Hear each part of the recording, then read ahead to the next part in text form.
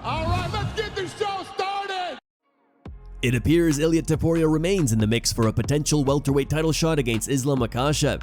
In a recent interview with Telegraph Russia, Makhachev said he likes the idea of facing Topuria at the proposed UFC White House event and revealed that it's the fight he wants next. No, in my division a lot of contenders who deserve the title fight.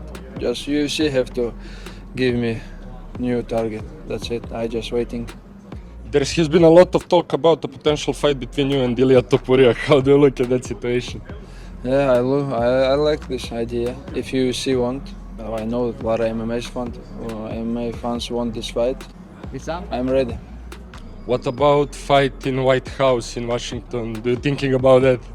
Yeah, also it's one of the arena where I'm gonna fight next, and we have the Ramadan month when I'm not gonna training 1 month, and after that I will slowly beginning my training camp, and I will be ready White House or as on other dates. I will be ready. In a separate clip, Makhachev was seen boarding a plane and striking up a conversation with the pilot, asking if he could fly the plane back to Dagestan himself. My friend, 2-3 years Dagestan. 2-3 years, yeah. I have to go tomorrow Dagestan. Same cold Bro, one. I have to go tomorrow Dagestan. Can I go? Yeah. Just brother, give me small lessons. What I have to do, bro? What I have to do? Your This one? power, forward And go fly. Dagestan. I can go alone. Oh yeah, you go with me. Okay. All of it. It's nothing hard. No, it's not hard. Easy. Can I move this one? Yeah. Go up and down. This is Okay. more power in the engine. Bro, if something happen, you have parachute? No. No parachute? Nate Diaz has hinted at a potential UFC return as speculation continues over which fighters could appear on the proposed White House card in June. The 40-year-old took to X on Wednesday night, writing, "Let's not act like I didn't start a whole division bringing value to all these guys claiming they're it. I gave opportunity and put notice on the dopest fights. I got unfinished business and I plan on going and taking what's mine ASAP. First to ever start a division and the dopest one at that. You're welcome, motherfuckers. I'll see you soon. I'm coming."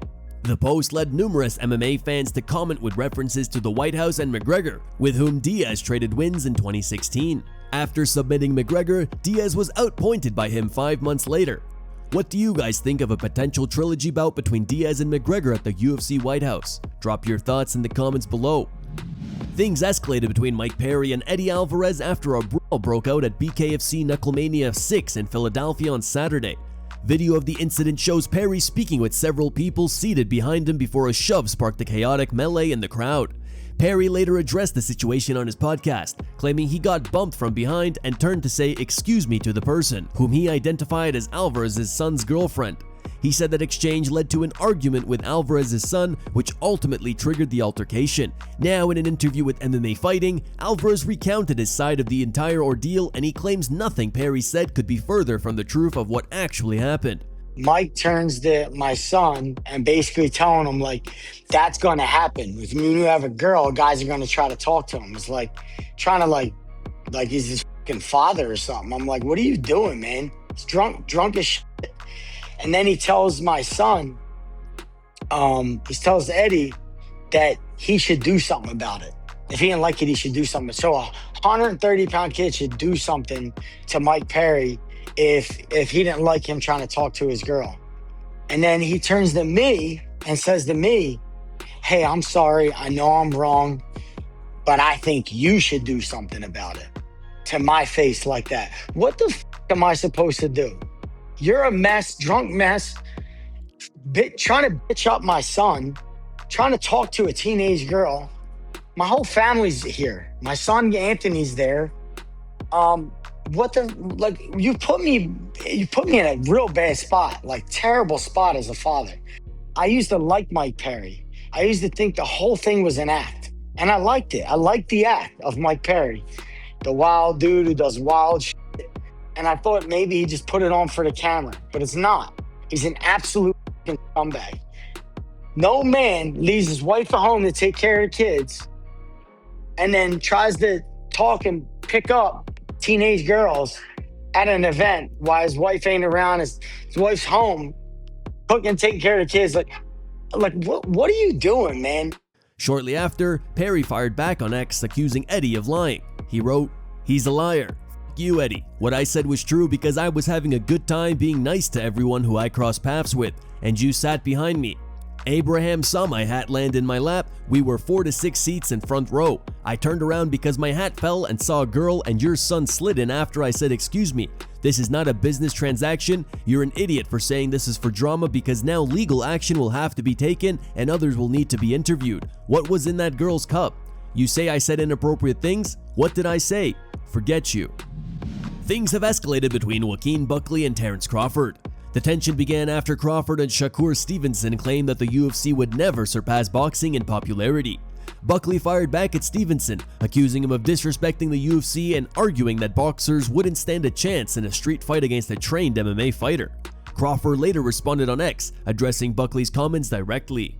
"Yeah, I can see why he's nowhere near the top. This guy is clueless. Who's even fighting in the streets anymore? Talking about who he can kill in the streets. He must have forgot they make switches for them kind of tough guys." Buckley didn't take long to reply, posting a video on social media in which he challenged Crawford to a spar in Las Vegas on March 7th. Bud talking crazy, acting like he gonna, do something, in the streets, man. He gonna keep a switch. He gonna need a switch if he playing with me. We ain't finna do this in the streets. That was some good, deflection, He didn't really wanna answer what I really asked him, and that's to get that work. We can keep it out of the streets, we ain't gonna be playing like that. Don't nobody make it back home. Let's get in the ring.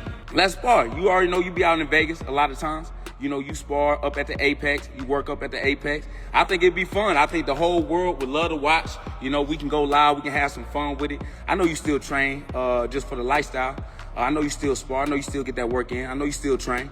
I see Shakur, he thinks something funny, but at the end of the day, right, let's find out, because I'm dead serious about that. It's real cute that you talking about, what happened to tough guys on the street, but at the end of the day, man, we in the toughest sport in the world, right, and that's combat sports. So let's see who the best fighter. I ain't street certified. I'm tell y'all that right now, and I heard Bud got popped one time, right? Somebody say you want payday. This ain't got nothing to do with payday. I'm willing to do this for free. Bar, dummy. This is an open invitation to Bud Crawford. Let's do it at the Apex. I'm gonna try to make my way down to Vegas March 7th. Let's do it then. But I know a lot of guys, when I get out there, it's gonna be all that talking. Oh man, you talking crazy. You said you gonna try to kill Shakur. Like, no, I just gave an example. If we was to fight in the streets and it's 1-on-1, exactly what would happen. I do see myself transitioning over to boxing. Said fight, then in MMA. Nah. They're not gonna do it. Y'all know a lot of boxers will never do it. And it ain't because of the money. It'll be too big of a risk. Like I said, March 7th, I'll be out there at the Apex. In Detroit, I'll be out there as well for Clarissa fight, February 22nd. So I'm gonna see y'all out there. Arman Tsarukyan has a new friend in Jake Paul. The UFC lightweight contender recently linked up with Paul in Armenia, where the two spent time together, with Arman welcoming Jake Star to his home country. This is a real Russian brat, это для тебя. I'm gonna wear it outside. You can eat it like a kill the zebra. Yeah. Yeah, there is a zebra. I wish I could meet Jake.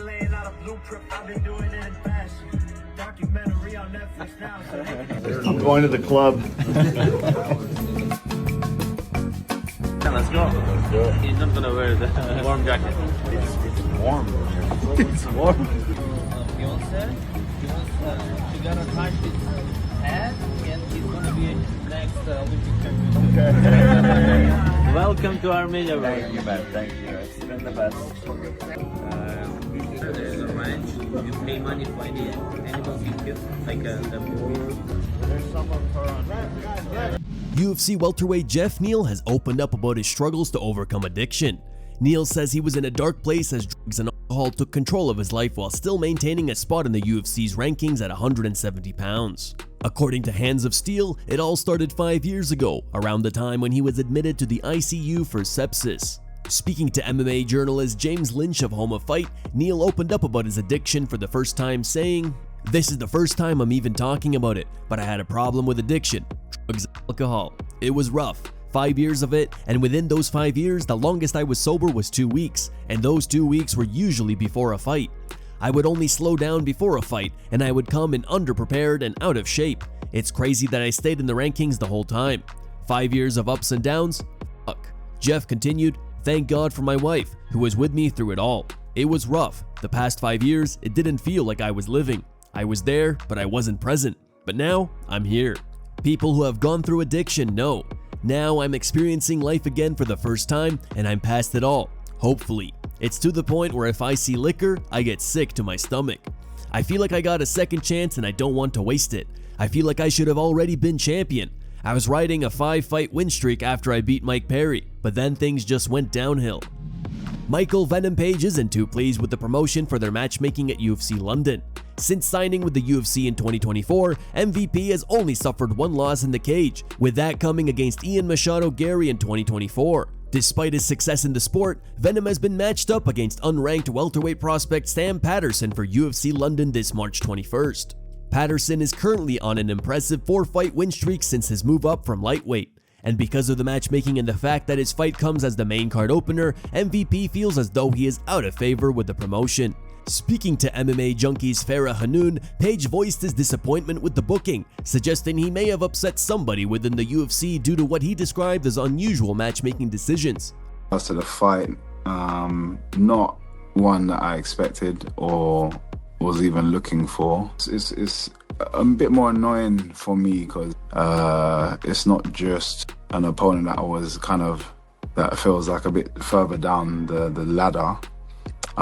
He's also somebody that I've worked with before as well in preparation for other fights, so I know him well. So it's another reason why you kind of just didn't really want to have this fight. So yeah, it's definitely not the fight I was looking for. I have a lot of respect for Sam as well. I'm a fan of his as well, kind of, you know, watching him grow. So it's definitely something I didn't believe I was going to have to be, you know, let's say in his way, in his career, in his progression. Yeah, definitely, it's just definitely not a fight that I wanted. So, and I'm kind of not sure what the UFC want or even feel, or even how they feel about me and my style.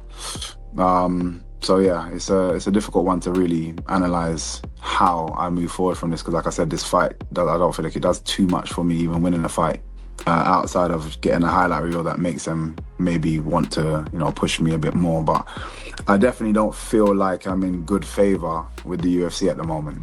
Jailton Almeida's time with MMA's premier promotion has come to an unexpected end. Previously number 6 ranked Almeida was on the verge of a title shot before he fought Alexander Volkov at UFC 321 in October. Now the Brazilian is looking for a new fight promotion after suffering back-to-back decision defeats. The latest setback in his career came at UFC Vegas 113 against Rizvan Kunyev on Saturday night. A section of fans begged Dana White to cut Almeida after his second consecutive loss. They complained about his wrestling heavy style, which makes some of his fights tough to watch. Naturally, there were plenty of people celebrating when Almeida's UFC departure was confirmed on Thursday morning, but there were many other fight fans who felt the decision to cut him was very harsh. One fan wrote, "So he gets cut but not Teixeira and Tai?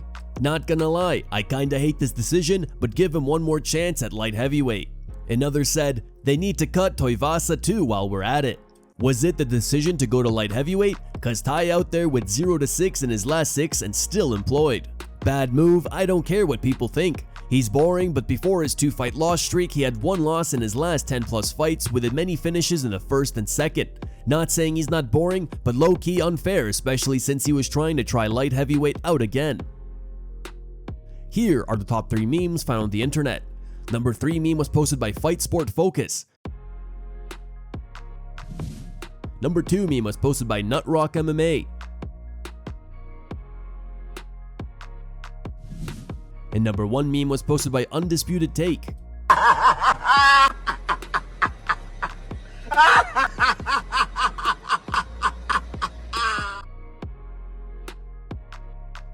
Thank you guys for watching. If you enjoyed the content, please give it a like and subscribe to the channel to stay updated with the latest MMA news.